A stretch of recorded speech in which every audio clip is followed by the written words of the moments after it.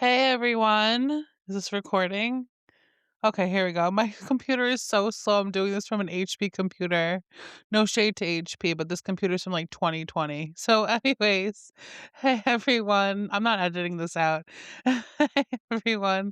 Welcome back to Wait It Gets Better. This is episode 54 about depression. Now, this topic hits home for me as of lately because even as of today, I'm writing this and I've been struggling to muster up the mental strength to write this episode and record it, but I'm laying here in my bed with my laptop next to me, laying, on my side doing this, and I'm doing this comfortably. But yeah, so just as of like literally today, feeling depression. Most of my depression hit back from when my sciatic leg pain flared up this October. I wasn't doing this podcast and I just was, like, laying in bed all the time only because, like, I was in so much pain. I didn't have the strength or energy to do anything, and that was causing me to be depressed, and, now that I'm back on track, I feel better, but I had personal issues dating back to the other day that caused me to just feel depressed for a few days, and I feel like I got my purpose back, but I still feel the depression, you know what I mean? Like, I will not discuss the details out of protection, but I will say when you try so hard to accomplish something like getting a job that you're being pressured to get, meanwhile hold on. Me something popped up on my screen. Meanwhile, since the day you left your last job, you've been going on 2 handfuls of job interviews. It's all the same things. We have other interviews, we'll get back to you, and for some reason, not all of those interviews could be you. There has to be a reason, and you're just continuing to being pressured and being treated like you aren't who you think you are. You're being gaslit every day. It just gets depressing, and you hide in your room to avoid people, and it gets depressing. Like, you try so hard, and nothing seems to be working, and you're stuck. It gets depressing. So, also, when you leave a job and people you thought cared about you just don't even check in knowing you didn't make that decision easily, and the one person you actually thought would check in on you doesn't check in on you. Meanwhile, when she went through a loss in her life, you sent her Dunkin' Donuts, you called her up to check on her every day. Um, you sent her Dunkin' Donuts after her loss. Meanwhile, after all that, she threw you under the bus to the guy you were talking to, who, speaking of that guy, I won't even mention. I worked with him, we were talking for a little bit. It wasn't anything serious, but he ghosted me like he ghosted other girls. Shout out to the girl he ghosted. If you're listening to this, you're not the only one, honey. He's obviously the problem. And like none of these people kept in touch with you except for like two people. I will say two people who I will never forget that you checked in. I mean, that's a big thing to me. Checking in on people, letting them know you care. You know what I mean? And when people make you feel gaslit every day, when people make you feel like you don't care, things just add up and it makes me I've just been depressed. So, like I said, I've been in a funk as of today and I had to muster up the energy to do this, but I had to get this done because I wanted to show up. I wanted to show up for people who genuinely listen in and care. But, anyways, let's dive into the research of it all. So I asked the research, "What is depression?" And this is what it said. Now, when it comes to the research that I did, I made sure I covered all my bases when it came to depression, because I know there's many different avenues when it comes to depression. There's many different forms of depression, many different ways depression can hit you, you know. So let's dive in. So this is what the research said. It said depression is a common but serious mood disorder characterized by persistent, intense feelings of sadness, emptiness, and irritability, along with a loss of interest in activities for at least 2 weeks. Uh, for at least 2 weeks. There's like I said, a lot of this research is very biased, very, like, it doesn't always say the right thing. Doesn't have to just be 2 weeks, it can span for a long time, a short time. But yeah, so it significantly impairs daily functioning, causing physical and cognitive symptoms like fatigue, appetite changes, and low self-esteem. Well, I will say one of my symptoms that I've recognized with this, among the plethora of symptoms I recognized, was I didn't want to listen to music. I love music. Everyone who knows me knows I love music. And I just have lost interest in listening to music or sitting in my room listening to music. That's one thing I recognize. Now, here are the key types of depression: major depressive disorder, MDD, the most common form, often called clinical depression. It involves severe, persistent, and intense symptoms that interfere with daily life. We have persistent depressive disorder, PDD, or I don't know how to say this. Here we go again, guys. I know you love this part. Dys, dysthymia, dysthymia, a chronic milder form of depression lasting for at least 2 years. We have postpartum depression, perinatal. It's intense, long-lasting sadness, anxiety, and exhaustion experienced by women during pregnancy or after childbirth. We have seasonal affective disorder, SAD, or you can call it seasonal depression.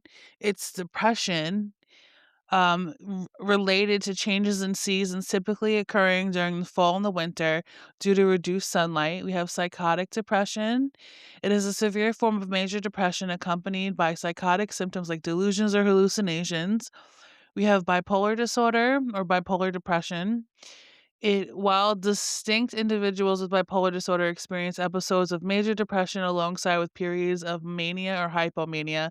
Now, a little story time with that. I've spoken about it on previous episodes. I had bipolar depression, 100% when I wasn't being treated for the proper mental illness. I originally was diagnosed with ADD, and I went throughout most of my teen years being treated for ADD on the ADD medication.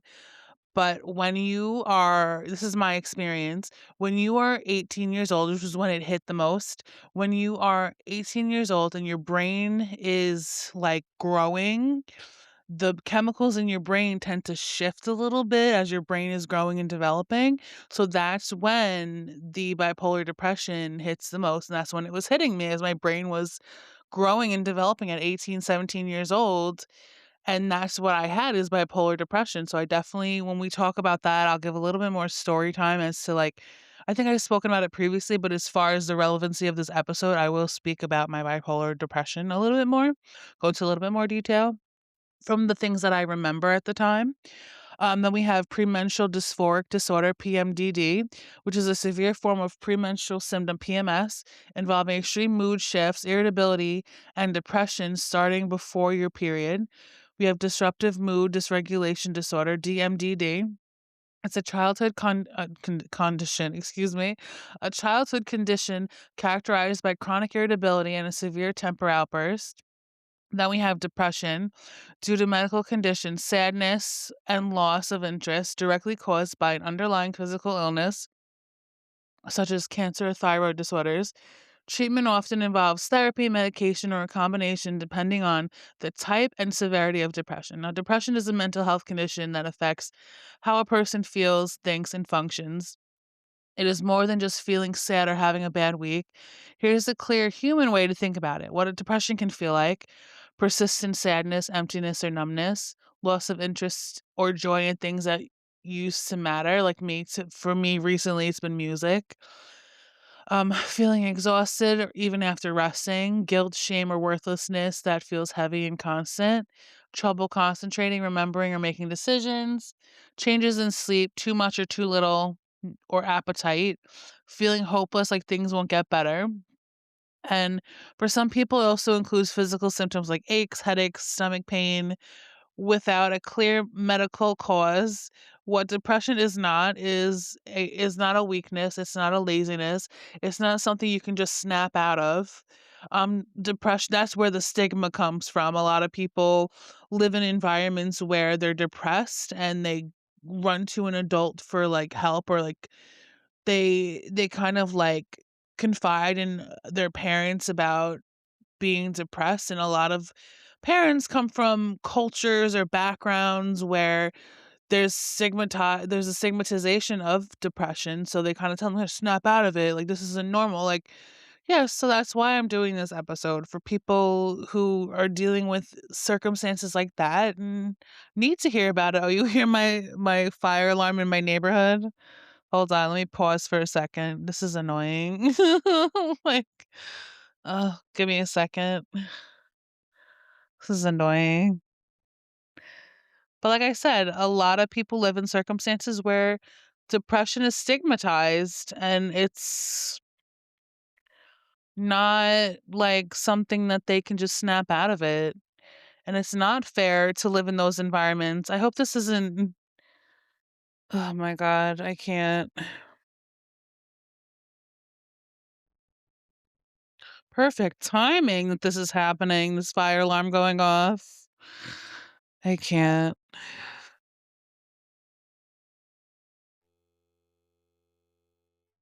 Anyways, anyways, now that that's over, like I said, people can't just snap out of it. Depression involves real changes in the brain chemistry, stress systems, and emotional processing, often influenced by genetics, trauma, loss, chronic stress, or health conditions. How long it lasts?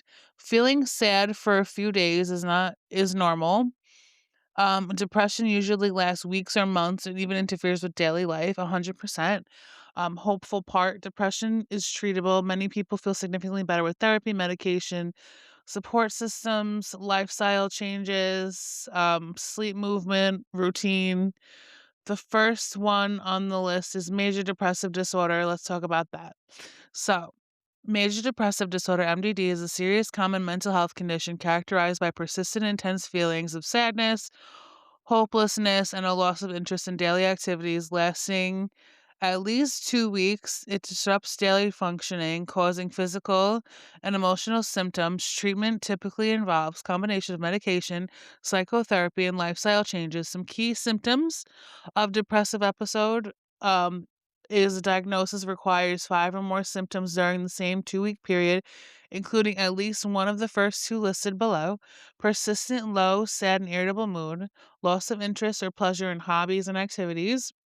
We have significant weight loss or gain and change in appetite. We have insomnia or sleeping too much, psychomotor agitation, restlessness, or um slowing down. We have fatigue or loss of energy. We have feelings of worthlessness and excessive guilt, diminished ability to think or concentrate or make decisions. We have recurrent thoughts or of death or suicide. And we have MDD is causes and risk factors. MDD is not caused by one single factor, but a combination of influences such as biological chemical changes in neurotransmitters like serotonin and dopamine or brain structure, reduced activity in the frontal lobe. We have genetics, tendency to run in families, environmental trauma, childhood trauma, abuse, or prolonged stress. We have medical issues, chronic illness or pain. We have treatment and support, therapy like cognitive behavioral therapy, CBT, or talk therapies are highly effective. Medications like antidepressants are commonly used to manage brain chemistry changes. Lifestyle changes, regular exercise, healthy sleep habits, and avoiding drugs and alcohol can improve symptoms and support. Social support from friends, family, and support groups is crucial for recovery and when to seek help. It is vital to consult a doctor or mental health professional if symptoms persist. If you or someone you know is in crisis, call or text the 988 Suicide Crisis Lifeline at 988 or chat at the 988lifeline.org. Now, the next one we're moving on to is persistent depressive disorder. So let's talk about that. Persistent depressive disorder, PDD, or I keep butchering this word. It's dysthymia is a chronic long-term form of depression lasting at least 2 years or 1 year for children. It is characterized by low, dark, or sad mood along with fatigue, low self-esteem, and feelings of hopelessness. Though often less intense than major depression, It is more persistent, typically treated with a combination of medication and psychotherapy. Here are the key symptoms of PDD: low mood, a persistent feeling of sadness, emptiness, or down mood for most of the day, more days than not. Physical cognitive symptoms: low energy or fatigue, trouble sleeping, too much or too little, poor appetite or overeating, or low self esteem. We have cognitive distortions, feeling of hopelessness, guilt, or worthlessness, along with difficulty concentrating or making decisions. We have social impact, loss of interest in daily activities, and potential avoidance of social situations. And we have behavioral differences in children and adolescents. The mood can be irritable rather than just sad. We have causes and risk factors. The exact cause of unknown, but it often involves a combination of factors like brain chemistry, differences in brain neurotransmitters, genetics. It tends to run in families and environment. Life stressors or traumatic events can trigger the condition. Differences from major depressive disorder. While MDD often characterized by intense acute episodes, PDD is defined by long-term low-level persistence. A person with PDD can, however, have one episode of major depression, a condition sometimes called double depression. Treatment and management. Here are some a combination of approaches. We have psychotherapy, cognitive behavioral therapy, CBT, yes, I said that right, is highly effective. Now, medication, SNRIs, or other antidepressants can help manage symptoms and lifestyle changes, regular exercise, a healthy diet, and establishing a consistent routine. When to seek help. Because PDD is chronic, it can be mistaken for a personality trait, but it is a medical condition that um, does not usually go away on its own. If symptoms interfere with daily life, professional help is recommended to prevent it from leading to more serious or even suicidal thoughts. So let's move on to the next one, which is postpartum depression. Now, postpartum depression, PPD, is a serious common mood disorder occurring within the first year after childbirth, characterized by intense, long lasting symptoms like extreme sadness, anxiety, and exhaustion. Unlike short lived baby blues, PPD lasts longer than 2 weeks and requires professional treatment, including therapy or medication, to manage symptoms and enable bonding with the baby. Symptoms such as symptoms are beyond sadness. PPD includes difficulty bonding with the baby, irritability, changes in appetite, severe insomnia, reduced concentration, or thoughts of harming oneself or the baby. The duration is, while symptoms often appear within the first few weeks, they can start anytime up to a year after birth. Causes and risk factors. It is caused by a mix of physical, emotional, and social factors such as hormonal shifts after birth, extreme fatigue, or lack of support. And we have treatment. Effective treatments include psychotherapy, talk therapy, antidepressant medication, which can be chosen for the safety during breastfeeding, or a combination of both, and support and prevention.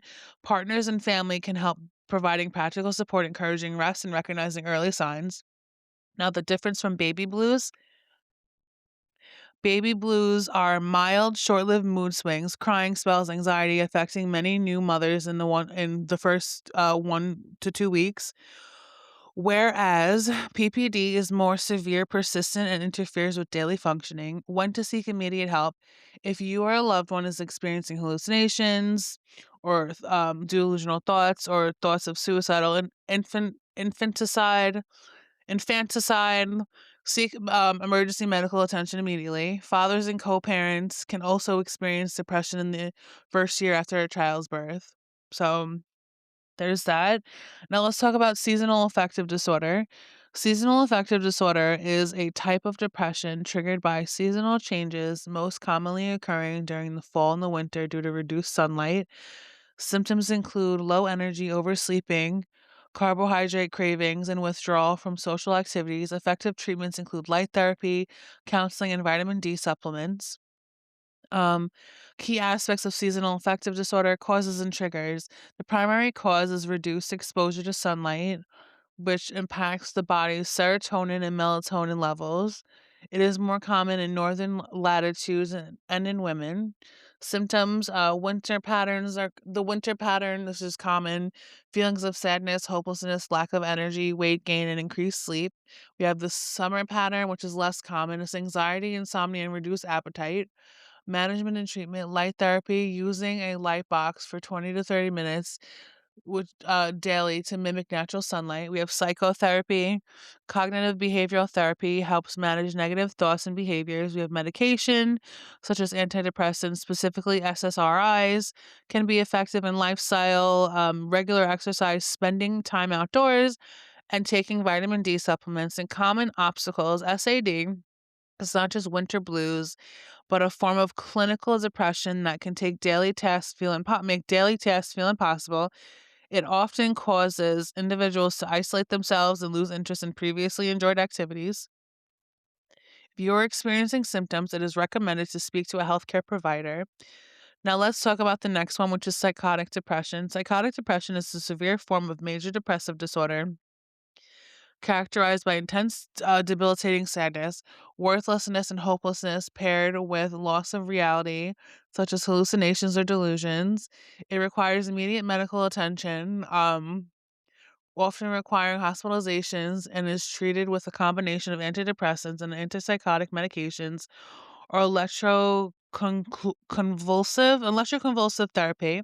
Symptoms of psychotic depression. People with this condition experience a combination of severe depressive symptoms and psychotic features, often centered themes of guilt, punishment, and disease, delusions, firmly held false beliefs such as believing one is impoverished, dying, or being punished. Hallucinations, seeing or hearing things that are not there, often involving hearing of critical, derogatory voices, and severe depression.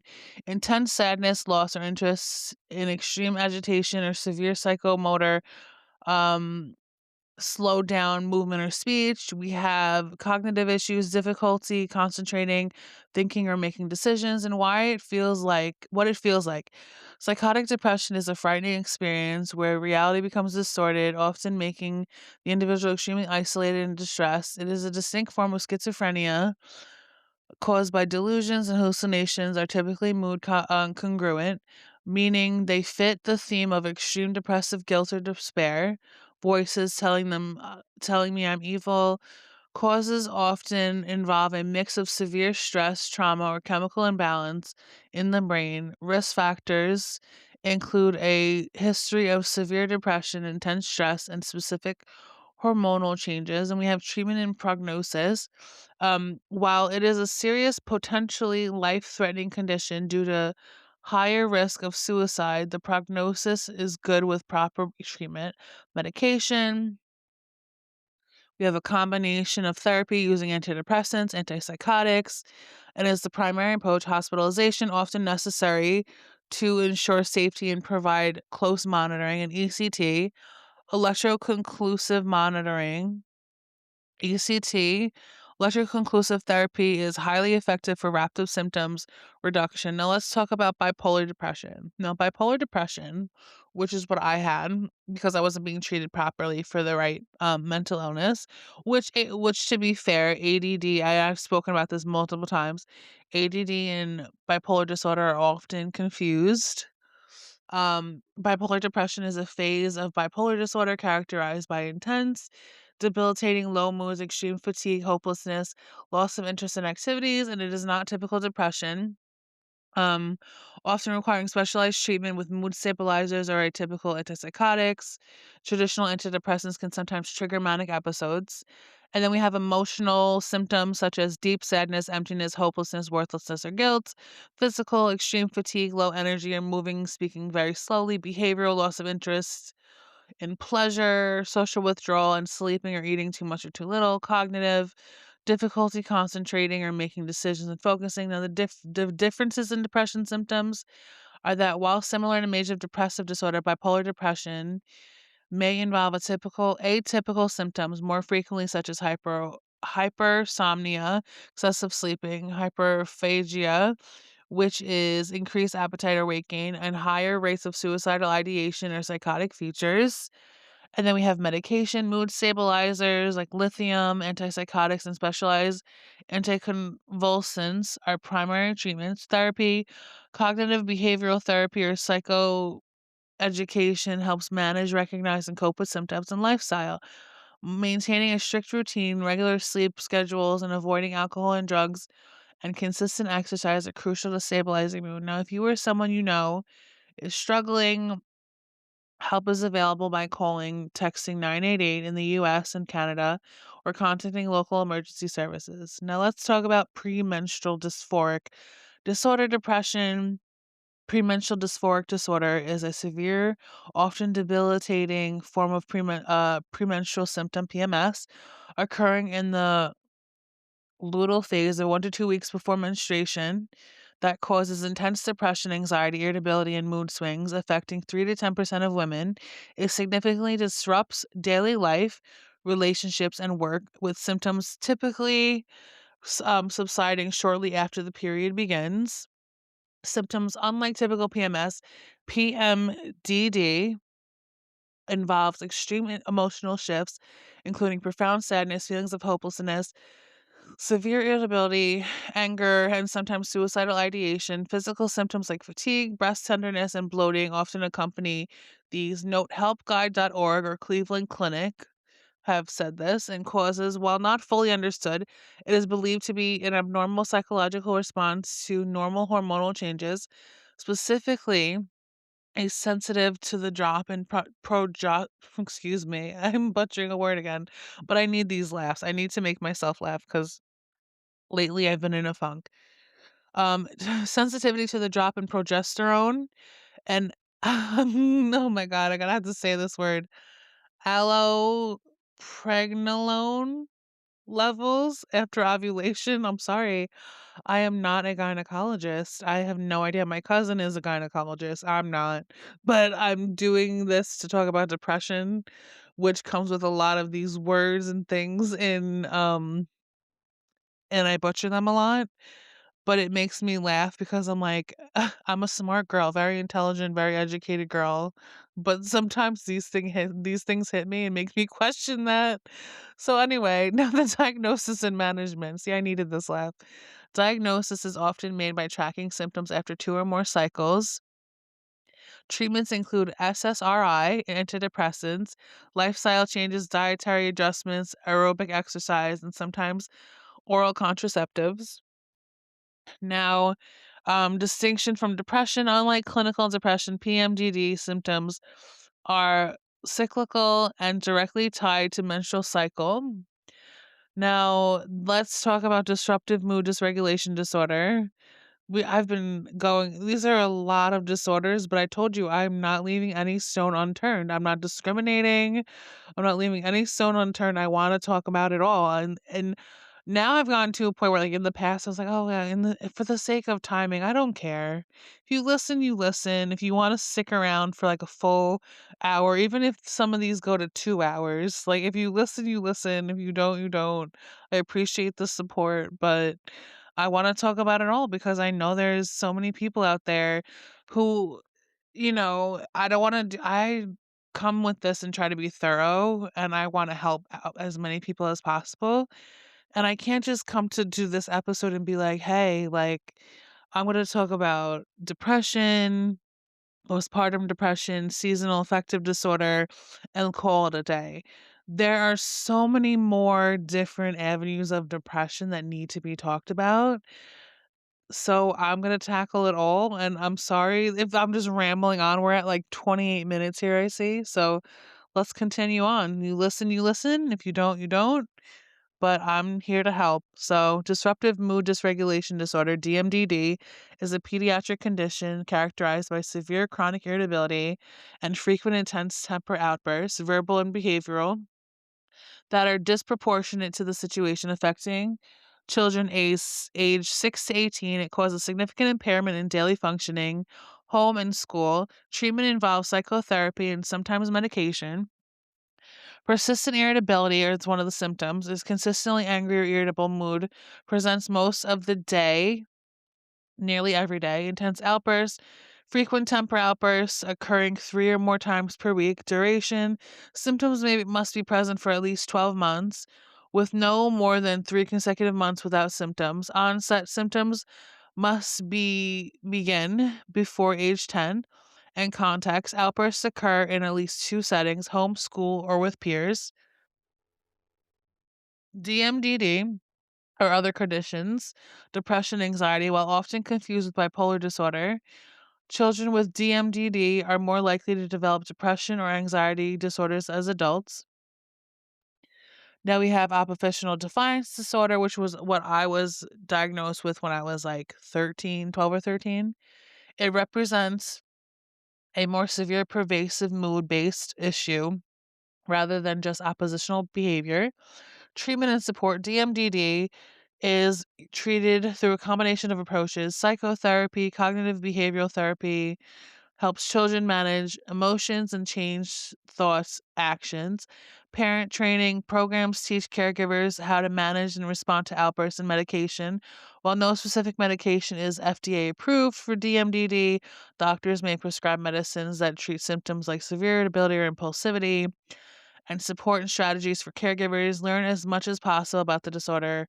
Work with school or staff, teachers, and counselors to create a supportive plan, and manage your own stress to better support your child.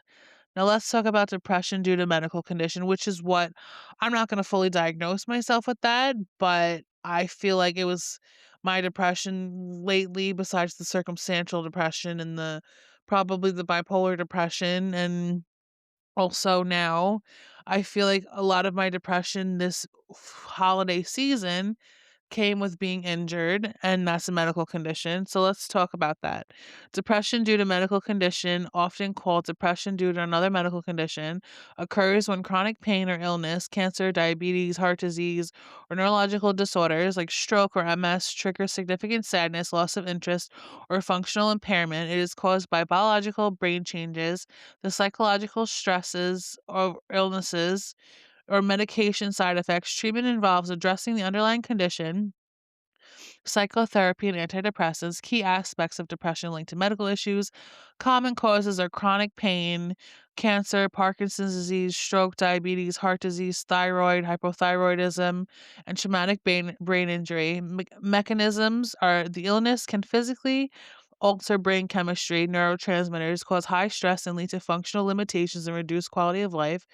Medication side effects. Certain drugs used to treat physical conditions can trigger depressive episodes. Certain drugs, yes, depressive symptoms, excuse me. Symptoms similar to major depression, including persistent sadness, fatigue, and loss of interest in activities, changes in appetite, and sleep disturbances. Now, diagnosis and treatment. It is important to seek help from any doctor to differentiate between the sadness of dealing with an illness and the clinical depressive disorder management. Treatment plans often involve a combination of medication, antidepressants, and therapy, such as cognitive behavioral therapy, and actionable steps. Ensure you speak with your healthcare provider to manage both the physical condition and the mental health symptoms simultaneously. Now, if you or anyone you know is struggling, call or text 988 in the US and Canada, or call 111 in the UK. Now, to help someone with depression, listen without judgment, offer practical help with daily tasks, and gently encourage professional treatment like therapy or doctor visits, and learn about the illness yourself while taking any talk of self-harm seriously. Be patient, remind them of their positive qualities, and create a supportive, consistent routine. And avoid giving simple advice like cheer up. Like, you can't just, it's not just that simple. You can't just be like, oh, cheer up, and it just goes away like that. There's so many different steps to curing depression that just by saying cheer up is not gonna do the trick you think it does. But people mean well. People mean well. People lack the knowledge of dealing with situations like this. So it's not necessarily a bad thing if someone goes, "Oh, cheer up." But it's also one of those things where, like, if you know somebody you love is dealing with depression, like, hopefully they can educate themselves on it so they can be a better support for them. So, how to communicate and support. Listen actively, be present, listen to their feelings without judgment, and use open body language. Ask specific questions instead of let me know if you need anything, you can ask, "Can I help with groceries?" or "Would you like to go on a walk?" Be patient. Recovery isn't fast. Acknowledge small gains and understand setbacks. Validate feelings. Accept their feelings of guilt or sadness rather than trying to talk them out of it. Like, I'm such a big proponent on validating people's feelings because for so long I've had my feelings invalidated that when you know that you're somebody who just wants your feelings validated, when someone comes to you for support for once, you want to be the person that's like, okay, what didn't work for me, but what's going to work for these people is what didn't work when people were supporting me with invalidating my feelings. So let me validate theirs. Let me give them the support that I needed when I was going through what they're going through. Um, Offer positive and reinforcements, gently remind them of their strength and their worth. Now, encourage professional help, suggest therapy or a doctor, offer to help them find a therapist or schedule appointments, go with them, offer to accompany them to appointments for support and help with treatment. Remind them to take medications or keep appointments, help with daily life, assist with chores, tackle overwhelming tasks like laundry, dishes, grocery shopping, or if you know somebody struggling with postpartum depression, or if you know somebody who's just a mom in general and they are going through it, because sometimes kids can be overwhelming with their behaviors, and a mom sometimes is like, "Oh my god, I need all the help I can get." Offer to babysit, offer to give that mom a night off, have them sleep over your house, like, you know what I mean? Like, I do that with my sister. There was one time she was so overwhelmed with my nieces, love them dearly, those are my babies. Like, even I'll give an example, my niece Kinsley, she gave me a big I was going through a depression last night, she FaceTimed me, and that gave me a big dopamine rush, and it kinda helped me, and I was like, "Okay, I needed that energy to come through for today's episode," so she definitely helped out. But my sister, for example, she's a mom, she has 2 daughters, 11 and 7. She sometimes it can be overwhelming, like, driving them back and forth every day to practices and, they don't always behave the best, typical kids. And she's just, dealing with a lot of other things, and sometimes I'm like, "You know what? Let me take the kids. You go get your nails done or you stay home. I'll take the kids overnight." And like I remember one time it was so bad for my sister. I literally was like, okay, give me the kids. They'll stay here overnight. You relax, have the night off. Because sometimes moms need that break. And if you are somebody who can give that break to them, definitely go ahead and do that for them because that will help them so much more than you know. Even if just for like a simple hour, just that little breather where they're not working or they're not doing other things, taking kids back and forth or working in general, they have a minute at home to just take a nap or something to ease their nervous system. Definitely be that for them. 10 out of 10 recommend doing that. Be that person for the person you love that's dealing with the stresses of being a parent. Because sometimes it can get depressing and it can, it happens. Encourage activity, invite them to do simple mood boosting things like walking together, promote healthy habits, encourage regular meals, sleep and exercise leading by example. What to avoid? Hold on, sorry. Don't unsolicited advice. Avoid platters or telling them to snap out of it. I hate that.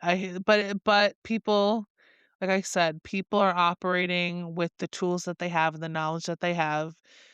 Not everyone is saying these things with malicious intent. They're just saying things based on how they were raised, the information they were given, and the knowledge they have, 100%.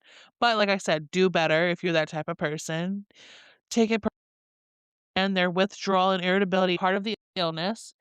Don't use alcohol or drugs. These can worsen depression in the long run. Gently discourage them. And now here are some tips for self-care. For depression involves building a structured daily routine, focusing on small manageable steps to improve the mood, physical health. Key strategies include maintaining regular sleep patterns, eating nutritious meals, engaging in daily light exercise, and limiting alcohol and staying connected with supportive people. The goal is to gradually rebuild energy and pleasure, not snap out of it, like people like to say. Essential daily self care actions, structure your day, create a simple daily plan to provide sense of purpose and routine, ensuring that you don't overcommit but still achieve small goals. I will say doing this podcast is one of those things for me. It gives me purpose. Even if it's some of you, none of you, or all of you listening, it still gives me purpose. Um, that's why I was mostly depressed besides being injured and in pain. I felt like I had no more purpose and, like, I was just in a rut this holiday season. Also got involved in doing things, like, I helped out at a food pantry. During Christmas, I helped cook a turkey for the community at the Upper Room Church, and I connected with some really kind people at that church, which I would love to go to that church in the future when I have somebody to go with. So, like I said, things like that. And then all of a sudden, I found out the news that the ads were stopped running, and it gave me my purpose again. Everything just fell into place a little bit better. So things are getting better. Not 100%. Like I said, I'm still depressed, but things will get better. I know it.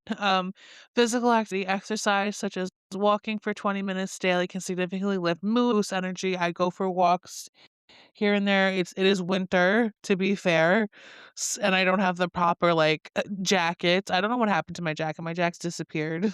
But, nutrition, eat balanced, nutritious meals, maintain physical health, well, which directly affects mental health. Sleep hygiene, maintain consistent times for going to bed and waking up, and minimize blue light from screens, before bed. Limit alcohol, avoid alcohol as it can exacerbate depression and recovery.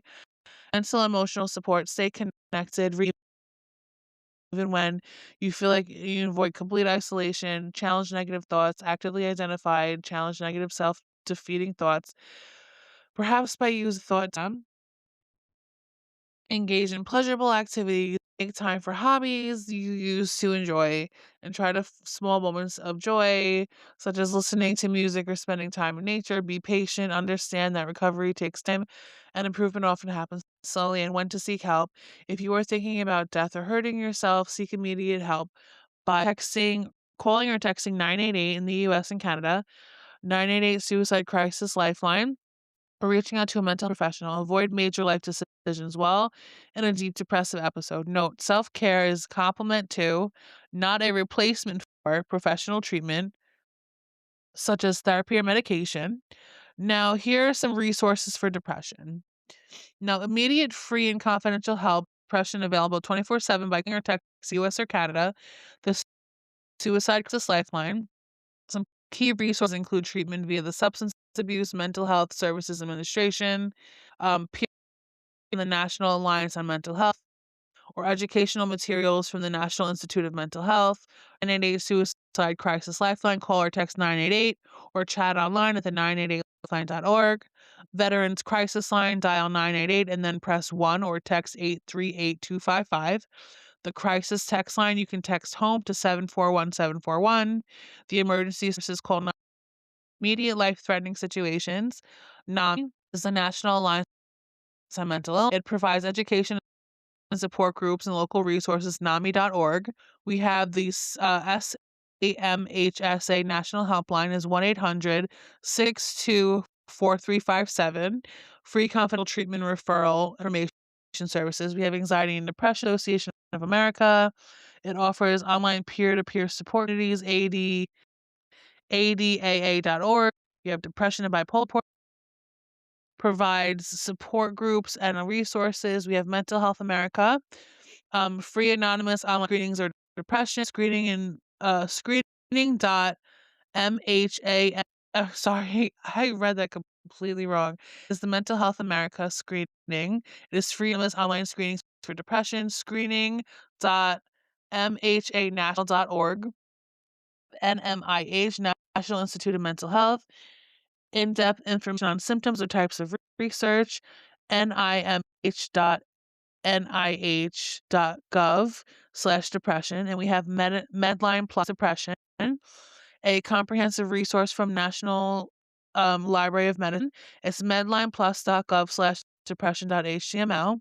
And we have app for self-help, mood tools, an app designed to help users manage depression symptoms, include thought diary and safety plan. Together All is a safe, anonymous online community of mental health support. Helpguides.org, it provides practical tips on managing depression through lifestyle changes such as exercise and meditation. And we have specialized support, Mom's Mental Health Matters, information in perinatal depression and anxiety. We have postpartum support international, depression during pregnancy or after birth. And then we have it is postpartum.net. And then we have AACAP Depression Resource Center, resources specifically for children and adolescents. Now, here's the I do base to help eradicate the stigma. Numerous celebrities, including Dwayne Ariana Grande, Michael Phelps, and Lady Gaga happily struggle with depression, highlight prevent mental health challenges. These figures often experiences to combat the stigma, which is why I talk about the celebrities. Because say you're someone, oh, I watch WWE, I love Dwayne the Rock Johnson. That's someone can look up to erase you're going through. So Dwayne The Rock Johnson opened up about his battle with depression, particularly after his mother's suicide attempt. He was 15, emphasizing the importance of talking about it. Michael Phelps, the Olympic swimmer, described his darkest, most isolating moments, including suicidal thoughts following the 2012 Olympics. We have Ariana Grande, anxiety often highlighting mental addiction of maintaining a appointment. Gaga has been candid about her lifelong daily struggle with depression and the time of passing periods. Lena Gomez, she had spoken an open health journey at Headers. We have Megan Thee Stallion to a deep depression following the 2020 shooting incident, sharing that she has days where she couldn't even leave her bed. We have Springsteen. He has openly discussed his crushing bouts of depression, which sometimes left him unable to get out of bed. We have Gwyneth Paltrow spoke about experiencing severe postpartum depression after the birth of her second child, describing the feeling like. We have Prince Harry. Hold on. My Prince, 2 seconds. We'll get back to Prince Harry. Gotta fix my microphone. We have Prince Harry revealed he was close to a complete mental breakdown after suppressing emotions for 20 years following the death of his mother, the late and great Princess Diana. We have Wayne Brady has spoken about his daily struggle with what termed high functioning depression. We have Demi Lovato has been open about her struggle with bipolar disorder, including at times experiencing suicidal ideation. We have Jim Carrey, who has spoken about his long-term battle with depression and his at times reliance on medication. Kirsten Dunst, we have revealed that she sought treatment for depression in the past. Michelle Obama, who is I love her, she's my queen, shared that she experienced low-grade depression during COVID-19 pandemic and political unrest in the US. And we have Winona Ryder. She has spoken about her at times difficult experience with depression, and common themes, the stigmatization. Many, like Michael Phelps, have become advocates saying that it's okay to not be okay. Therapy and self care. Celebrities such as Pink and Demi Lovato have emphasized the importance of therapy, self confrontation, and a routine self care. The impact of trauma and grief. Prince Harry discussed the impact of unresolved, at times, childhood grief. And then we have clinical depression. Abraham Lincoln and Charles Dickens are historical examples of individuals who at times suffered some severe debilitating depression. Now we're at my favorite part. Now, these are the affirmations. These are gentle, inclusive affirmations meant to work across many experiences of depression. So we have grounding affirmations for heavy days. I'm allowed to move at the pace my mind and body need. Getting through today is enough. I don't have to feel better to be worthy of care. Rest is not giving up, it is a part of surviving. This moment is hard and I am still here. Affirmations for depressed inner voice. My thoughts are influenced by depression, not facts. So if you're telling yourself, this is me speaking now. So if you're sitting there telling yourself like I'm not worthy, I'm not this, I'm not that, that is your depression talking. That is not facts. You are worthy. You are strong. You are enough. You are capable. Stop letting the negative self-talk get through. You will get through this. This too shall pass. That's me talking. I am not a burden needing support. Feeling empty does not mean I'm empty. I can question the voice that tells me I'm hopeless. Depression speaks loudly, but it does not tell the truth. Affirmations for shame and self-blame. Depression is not personal failure. I did not cause this by being weak or lazy. I deserve compassion, including from myself. Needing help does not mean I have failed. I am doing the best I can with what I have today, and some affirmations for hope without pressure. How I feel right now is how I will feel forever. Small improvements still count. It's okay if hope feels distant. I can borrow it. Healing is not linear, and that's normal. There are versions of me who feel lighter. There are versions of me ahead, excuse me, who feel lighter. Now, affirmations for connection. I am not alone in this when it feels that way. There are people who want to support me. I'm allowed to reach out even if I don't know what to say. My presence matters, even on quiet days, and I belong here. Major clinical depression. Here are some affirmations. For deep, persistent heaviness, I am not broken because this feels overwhelming. Depression is something I experience, not who I am. I don't need to earn rest or care. Surviving this day is meaningful. My life has value even when I can't feel it. Now, persistent long term depression. Um, just because this has lasted a long time doesn't mean it's permanent. I'm allowed to want more than just coping. My quiet strength still counts. Small shifts are okay, still real progress. Small shifts are still real progress, excuse me. I deserve support, not just endurance. Situational depression, such as like for loss, trauma, or life changes, my pain makes sense given what I've been through. This isn't a response, not a failure. I'm allowed to grieve the life I expected. Healing does not mean forgetting. I can carry and still move forward. This is for seasonal depression. My body and mind respond to seasons, and that's human. Needing more rest right now is okay. A season will change, even if it feels endless. I can be gentle with myself during darker days. Light returns gradually and reliably. Postpartum depression, this is for new expecting mothers. Struggling does not mean I'm a bad parent. Love can exist alongside depression. I'm allowed to need help during this transition. My feelings do not define my ability to care.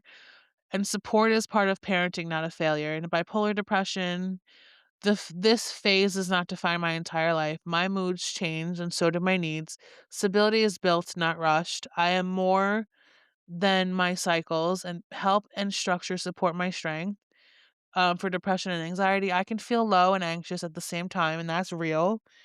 Excuse me, sorry. My nervous system is overwhelmed, not broken. I don't need to solve everything today. And this slow is still forward, and peace can come in small moments. Excuse me, my throat. I need some water. I've talked a lot. It's been 52 minutes, but this is not the longest that I've gone. So there, and I'm still not done yet. So there is no single treatment for depression. Most people improve with a combination of supports over time. This is what you can do to help your depression. Now, treatment doesn't equal failure, and needing treatment equals responding to a real condition. Therapy is often a foundation. Different therapies can help different people. Cognitive behavioral therapy helps identify and challenge depressive thought patterns. Um, Dialectal behavioral therapy is helpful for emotional regulation and chronic severe depression. Trauma informed therapy, especially important when depression is linked to trauma or loss. Interpersonal therapy focuses on relationships, grief, and the role transition. And psychodynamic therapy looks at a long term pattern and emotional. Therapies can help many people, but not instantly, not always alone. Medication can be life changing for some and not right for others. SSRIs and SNRIs often first time. Atypical antidepressant mood stabilizers, especially for bipolar depression, adjunct medications used alongside antidepressants. Medications does not change who you are.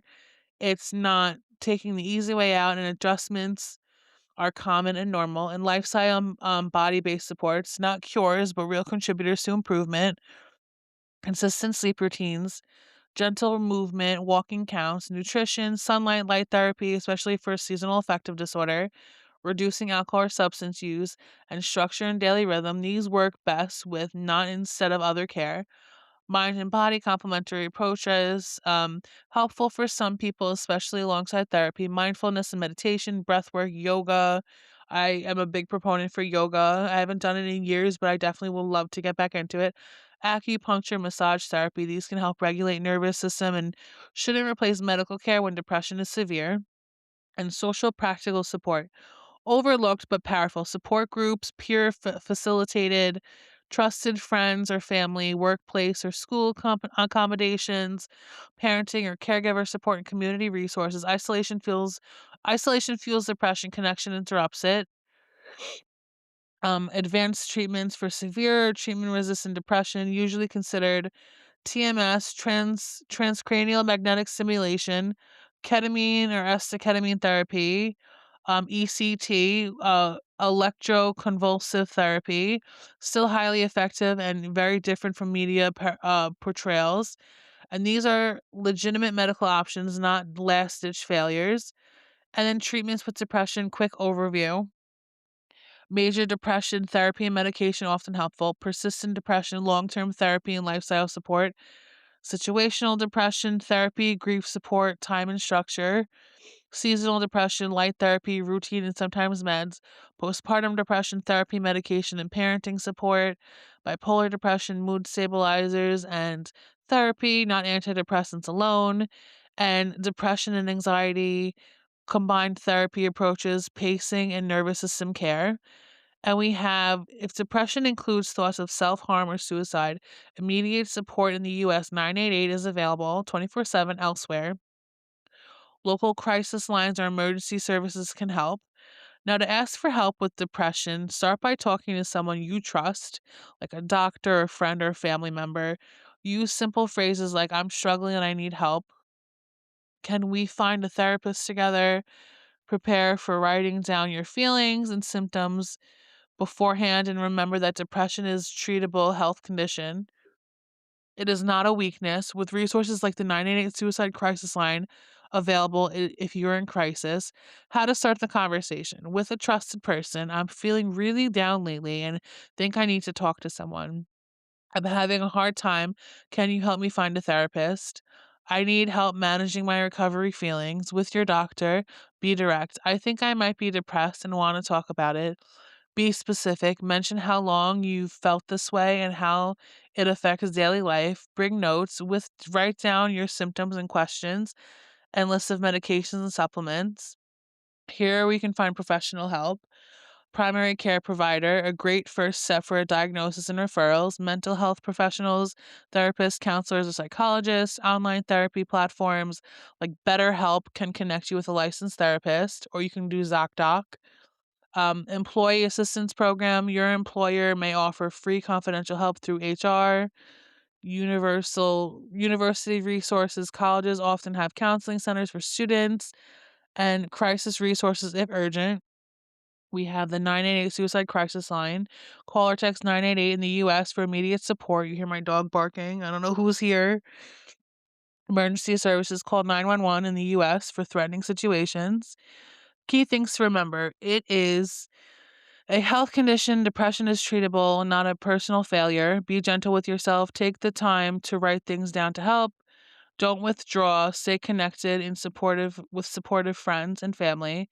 Now, to break the stigma, depression, talk openly about mental health. Educate yourself and others with facts. I think my dog wants to be fed. That's why she's barking. She's barking at my parents to let them know she's hungry, I think. I'm sorry if you hear her. I love her. With facts, let me start that over. To break the stigma of depression, talk openly about mental health, educate yourself and others with facts, use person first language, person with depression, not depressed person, share recovery stories, um, hold on, share recovery stories. I got lost for a second. And treat mental illness like a physical illness, emphasizing that it's a medical condition, not a personal failing, while seeking and normalizing treatment. Change how you talk. Use person first language. Say, I have depression instead of I'm depressed. Avoid stereotypes. Don't use mental illness terms like and adjectives like crazy or nuts. Speak up. Gently correct misinformed or insensitive comments about mental health. Educate and share. Learn the facts. Understand that depression is a biological illness, not a character flaw. Share your story if safe. Personal stories foster empathy and show that others that they aren't alone. That's what I'm doing with the beginning of this episode and part of this episode. I'm sharing my story and I'm educating myself. This whole podcast is trying to eradicate stigma on different mental health topics. Talk about therapy and medications as you would for a broken bone or diabetes. Act with compassion. Treat mental health like a physical health. Recognize that mental illness deserves the same care and understanding or physical illness. Support others. Listen without judgment and often helps offer help, like going to a doctor's appointment with somebody. Focused on the person and remember people are more than their diagnosis. Mental illness is not just one part of who they are. And don't let stigma prevent you or loved ones from getting help as the treatment is crucial. Join support groups. Organizations like NAMI offer support groups where you can connect with others and find resources and advocate for change. Support inclusive workplaces, and challenge insensitive media portrayals. Now, with the ending of the advocacy note, as someone who is currently struggling with depression, talking about depression on her mental health podcast, it's okay to be the advocate that needs advocating, and it's okay to not be okay. It happens to the best of everyone. Um, now, like I said, this too shall pass. Now, thank you guys for listening. Next week's episode will be about single parents and mental health. Now, if you or anyone you know is struggling, text home to 741-741, the crisis text line for a free confidential conversation with a trained counselor at any time of day. Text or call 988 or use the chat function at the 988lifeline.org. 988 continues to offer support to anyone who needs it, but no longer offers specialized LGBTQ plus support. So you can call 1-866-488-7386 or text START to 678-678 or connect online at trvr.org/get-help for the same free and secure support as always, and find more crisis resources at the jedfoundation.org/crisis. And the new lifeline for the LGBTQIA given by Canada is 1-877-330-6366. You can call the NAMI helpline at 800-950-6264. Text NAMI, NAMI, to 62640. The Find Help tool at To Write Love on Her Arms is twloha.com/find-help.